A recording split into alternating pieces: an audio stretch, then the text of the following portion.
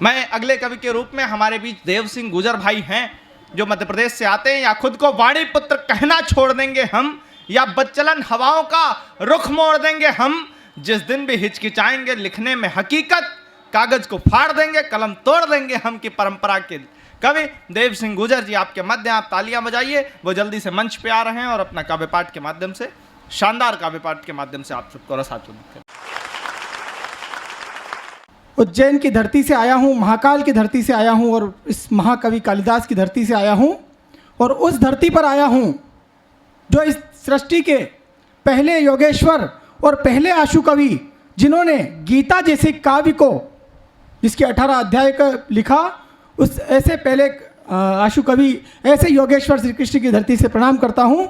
और सीधे सीधे अपनी पंक्तियाँ निवेदित करता हूँ कि दुश्मनों के दिल भी उनकी चाल पर जलते रहे, दुश्मनों के दिल भी उनकी चाल पर जलते रहे, मौत को भी देख सम्मुख ना डरे चलते रहे। और है उन्हीं की बदौलत इस देश की दिवालियां, वो बुझे थे इसलिए ही ये दिए जलते रहे, वो बुझे थे इसलिए ही ये दिए जलते रहे। और मेरे देश में मोहब्बत के सिवा कुछ है ही नहीं। हाँ, मेरे देश में मोहब्बत के सिवा कुछ, नफरत की आवाज़ फैलाने वाले लोगों, मेरे देश में मोहब्बत के सिवा कुछ है ही नहीं। फिर तुम्हें नफरत की ये बू कहाँ से आती है? और शीतलता समाई है यहाँ की हवा की हर एक लहर में, तुम्हें गर्म गर्म सी ये लू कहाँ से आती है?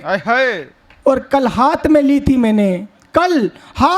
थी मैंने महक उस मिट्टी की आज तक न गई। अरे गद्दारों, ऐसे देश की धरती से तुम्हें बदबू कहाँ से आती है? ऐसे देश की धरती से तुम्हें बदबू कहाँ से आती है? और यहाँ पर सभी प्रकार की बातें हुई, बहुत शानदार पढ़ रहे भाई। युवाओं की बात हुई। 4 पंक्तियां में जो मेरा व्यक्तित्व क्या रहा, 4 पंक्तियां में पढ़ना चाहूंगा कि साँझ होते भीड़ लगती है सदा मदिरालय में। बोतल और सिगरेट की बात करनी यहाँ इस मंच से हुई। साँझ होते भीड़ लगती है सदा मदिरालय में, अब मशीनें ही उतारें आरती हर शिवालय में। अब नहीं दिखती कहीं चौपाल लगती गाँव में, अब नहीं दिखती कहीं चौपाल लगती गांव में। अब कहाँ है वक्त जो जा सके पुस्तकालय में, अब कहाँ है वक्त जो जा सके पुस्तकालय में। गीत, गजल, श्रृंगार की सभी प्रकार की बातें इस मंच से कही गई। लेकिन एक इस छोटा बेटा आराधक, माँ सरस्वती का छोटा बेटा क्या कहना चाहता है अपनी कलम के माध्यम से कि इस मंच पर गीत मोहब्बत के सुनाता में भी अगर, इस मंच पर गीत मोहब्बत के सुनाता में भी अगर, तो देश हित में जो बहा वह रक्त लिखता कौन फिर? और राग में भी छेड़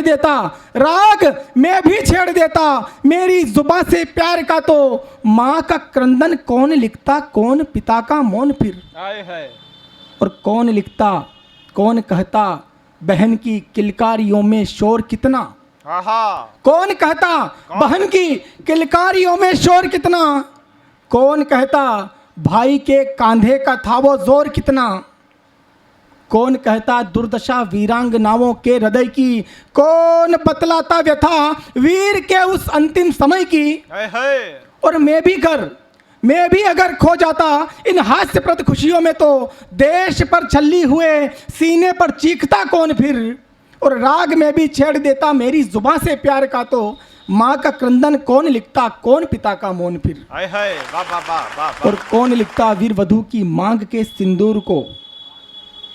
क्या थोड़ी देर के लिए नेताओं की आवाजाही भी होती है, हर प्रकार की उन पर सांत्वना दी जाती है, लेकिन उसकी पीड़ा क्या उस पत्नी की जिसने अपना सुहाग इस देश पर न्यौछावर कर दिया? कौन लिखता वीर वधू की मांग के सिंदूर को? कौन लिखता दुध मुहे बेटे के रुदन के सूर को? उठ गया जो बाप के साये को लिखता कौन फिर?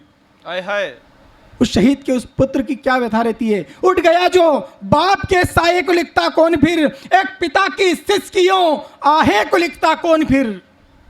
और मैं भी अगर खो जाता, मैं भी रंग मुझ पर भी चढ़ा होता अगर यूं इश्क का, तो उस बसंती रंग के चोले को लिखता कौन फिर? और राग मुझ पर भी चढ़ा होता अगर यूं इश्क का, तो राग में भी छेड़ देता मेरी जुबान से प्यार का तो माँ का क्रंदन कौन लिखता कौन पिता का मौन फिर। वाह वाह वाह वाह वाह और वाह। छोटी सी बहुत रचना आपके शानदार। समक्ष प्रस्तुत करता हूँ। बहुत उससे शानदार। पहले 4 पंक्तियां कि जब हाथों से माथे का सिंदूर मिटाया होगा, जब गीली मेहंदी धोई होगी, जब गीली मेहंदी धोई होगी, हाथों से हाथ छुड़ाया होगा और पति की अर्थी को कंधा देकर जब वीर वधू ने विदा किया, मानो एक पल, मानो एक क्षण कांधे पर अपने भार सृष्टि का पाया होगा, वाह, वाह, मानो वाह, एक क्षण कांधे पर अपने वाह। भार सृष्टि का पाया होगा। बहुत ऐसे शानदार। शहीद के परिवार की व्यथा कि आज लिखूं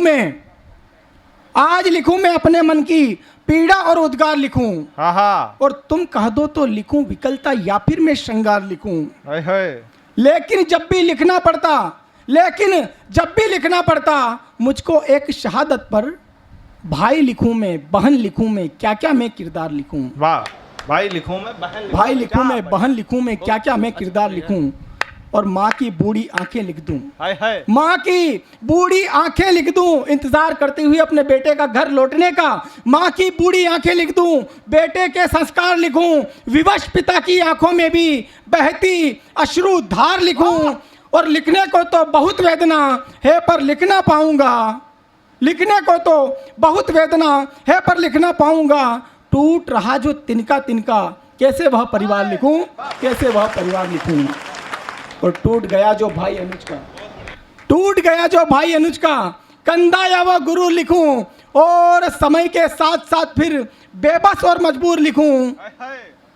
टूट गया जो भाई अनुज का कंधा या वह गुरु लिखूं, और समय के साथ साथ फिर बेबस और मजबूर लिखूं। लेकिन जब भी लिखना पड़ता मुझको एक शहादत पर, भाई लिखूं मैं बहन लिखूं मैं क्या क्या मैं किरदार लिखूं। इन्हीं शब्दों के साथ, इन्हीं पंक्तियों के साथ मैं अपना स्थान लेता हूं। बहुत धन्यवाद। बहुत जय हिंद, जय भारत।